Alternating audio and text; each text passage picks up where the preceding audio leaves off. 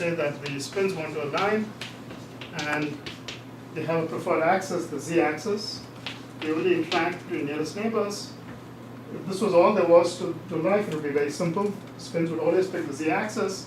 All the states would be up, all the spins would be up, or all would be down.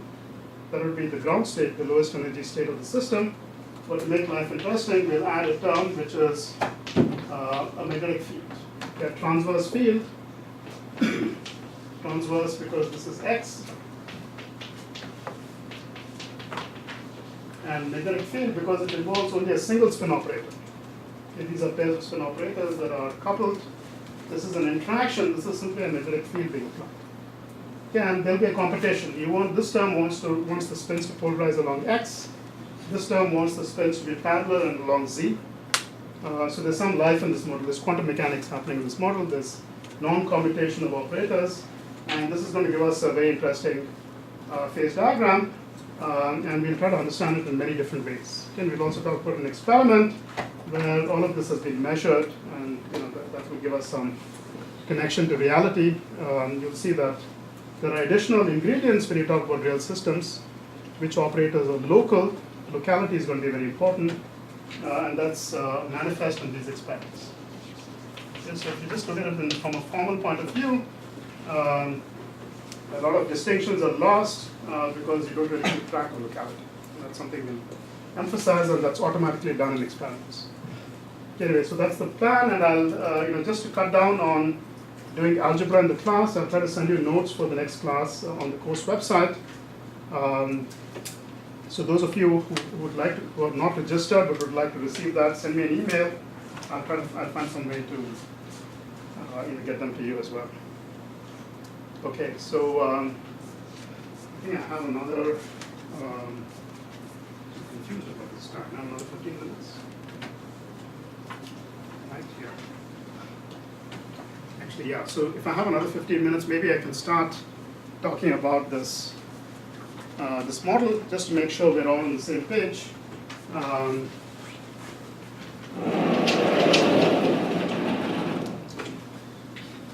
Actually, before I get to that, any questions or comments or? Yeah. You mentioned that liquid gas condition is similar to icing condition. What's the hint of that? Yeah, that's a good question. Look.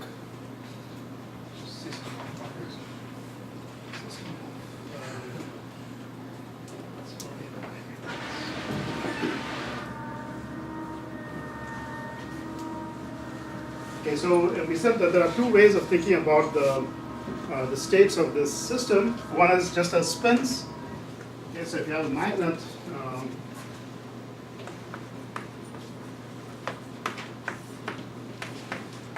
so you can either have spin up or down, or you can think of this as either being a vacant site or a filled site.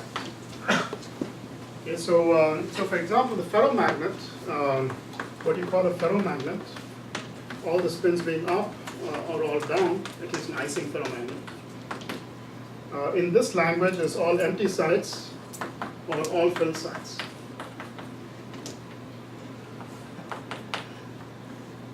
And the transition where you get, so if you look at this phase diagram of the magnet, this is temperature Tc. Okay, it's ordered below this temperature. When you're below this temperature, you have these two states being preferred, all up or all down. Okay, so that's like the liquid gas phase boundary. You have two configurations that are preferred. They kind of coexist, if you like, all empty or all full. These are the minimal density and maximum density. So if the difference, of course, is that you don't have symmetry. In this magnet case, you have symmetry, so you can say these two have exactly the same energy. You don't have to tune anything else. Whereas for the liquid gas transition, there is no, the liquid could have a lower energy than the gas. Of course, there's an attraction between the liquid molecules. So they're not exactly symmetric. And the price you pay for that is you're going to tune two parameters. Okay, so to access the magnetic transition, you just tune the temperature. To get to this critical point, If you just tune the temperature, typically you don't get to the critical point. You cross over here somewhere. Okay, so you get liquid gas. This is pressure and temperature. But you have to tune two parameters. So you have to tune one parameter to kind of fake the symmetry. So you sit along this line. So along this line, there's some rough symmetry between the liquid and the gas. At least they have the same free energy. Okay, so you use one parameter to do that, and then you use the other one to tune along this line. That's kind of tuning along this. So the question then is, in this language, this liquid gas language, the distinction between these two phases becomes smaller and smaller as you get up there. Okay, so because there's thermal fluctuations, it's not perfect. It's not like all filled and all empty. You have bubbles of the gas in the liquid and bubbles of the liquid in the gas. And at some point, there's surface tension typically. So the liquid wants to segregate from the gas. That's what happens over here. There are two distinct phases. But once you get beyond that, the surface tension becomes 0 or negative. So it really likes to have little droplets of liquid in the gas or droplets of gas in the liquid. And it tries to make that as small as possible, get the maximal surface area. That's the homogeneous phase. So as you get up to this transition, you begin to see droplets of different sizes, increasing sizes. All the sizes are represented at this point. That's why it's called, there's a phenomenon called critical opalescence. The fact that you have droplets of various sizes gives you light scattering at all different wavelengths. So if you look at a picture of a liquid near this point, you see it looks white because it's scattering every wavelength with the same intensity. So in the turn of the 1900s, a lot of people are trying to explain this, including Einstein. He had some theory of this. But now we understand it's really a continuous transition. You have the scale invariance. You have liquid droplets of all scales. And that really gives you this kind of light scattering. So that's how the word critical phenomena as well came, because it's this critical opalescence. It's a good name, for funding agencies. You say you're working on critical phenomena. I actually think you're doing something important. Yeah, did you have a question? Yeah, I did. Is there actually any video of critical opalescence? Yeah, I did. I may even have it. Oh, yeah, but. Yeah, it's good to see it there. You'll see many on YouTube actually. And with water, it's pretty hard to access this critical point. But with some other mixtures of liquids, quite easy. You can do it at room temperature and pretty easy to experiment. Yeah, maybe that's the one demo I could do in this class. Yeah. So in the video that you showed of the superfluid, what special features of the superfluid transition should we be looking for that distinguish it from the ordinary boiling transition? That's a good question, actually. So of course, you could choose to focus on details of the superfluid transition, or find that different physical properties are kind of different. But just like there is this analogy between Ising magnet, I would say. So Ising magnet is kind of a magnet where you have predominantly the Z coupling. And we said this liquid gas, right? Yes, in fact, the critical exponents are the same for these two. That's what we showed in the other thing. So the liquid gas critical point. So you can ask for superfluid helium. Actually, let me draw it on the others. Actually, let me do it. To normal helium. So this is also a continuous transition, it turns out. You can ask, is there other systems that have the same properties? And it turns out it's again a magnetic system, but an XY magnet. So here the coupling is predominantly between two components. Okay, so we think you have some three-dimensional magnetic material. You have atomic sites where you have electronic spins, but not all three components of the electronic spin interact equally. Two of them prefer to interact strongly, so they end up ordering in a plane.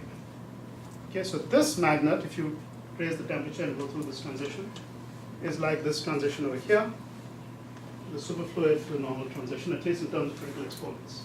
Of course, you've got to know how to compare these things.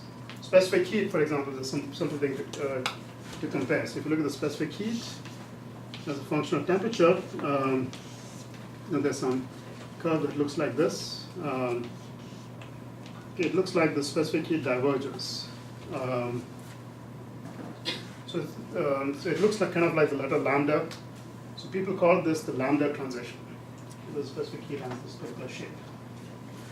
And you will see the same kind of specific heat. If you can pick out the magnetic specific heat over here, go through the transition, you'll have exactly the same shape as this curve over here. So that's the analog. And the thing that's different from liquid gas is, I would say, really one of symmetry. So liquid gas, of course, has no symmetry whatsoever. You're just talking about density differences, which are not really symmetries. But you can tune one parameter to make that almost a symmetry. But that symmetry is kind of an icing symmetry. It's like a plus versus minus sign flipping symmetry. The symmetry over here is a little more complicated. So if I look at a configuration of a spin pointing along a certain direction, the symmetric configuration could point along any other direction in the plane. Okay, so the sort of symmetry related configurations are span the circle. Right? It's like a U1 symmetry. And that's similar to this superfluid helium. So the order parameter over here is a wave function. It's actually the one particle wave function of the helium atoms in some particular momentum state, the zero momentum state. It's basically a complex number. So you can think of superfluid helium as actually a very classical object, which is described by a classical field or a classical wave. Okay, so superfluidity looks very unusual because we're used to thinking about atoms as particles. But once you digest the fact that there could be waves, it's actually a very classical phenomenon where the atoms behave as waves. They all go into the same wave function, just like with light. Light is kind of classical unless you do something special. And it's described by a classical wave equation, Maxwell equation. Similarly, there's a classical wave equation that describes superfluid helium. And that's and the wave equation is actually for a complex scalar, complex number. The phase of that is like the phase of this XY magnet. Okay, so in both cases, the thing that orders is a phase. There's of course an amplitude, but it's really the phase that matters. That's the phase of the superfluid phase. So the symmetry is the same. Symmetry and dimensionality are the only two things that matter in this business. Same dimension, 3 dimensions, same symmetry, and they end up having the same critical exponents. So people have measured this critical exponent with extreme accuracy by going up to space and measuring superfluid helium transition in space in zero gravity, where the transition temperature doesn't change along the length of your liquid. Otherwise, there's a very tiny effect at the superfluid transition temperature. There's some phase diagram, right? Like superfluid versus normal fluid. I don't even know which way it goes. As a function of pressure, there's some phase diagram. So if just the column of your liquid has different pressures, you get slightly different transition temperatures. But if you go up to zero gravity, you don't have that effect, and you can really study this thing very accurately. I think, again, the fact that it was called critical phenomenon, it helped people fund these find these critical exponents to many digits. And now there are very interesting theoretical approaches which can calculate these things with similar precision, and we can compare. And I think we really understand that physics very well, although it's still very deep physics. That these are universal, and they're described by these universal, for example, critical exponents. Okay, any other questions? We have like 30 seconds.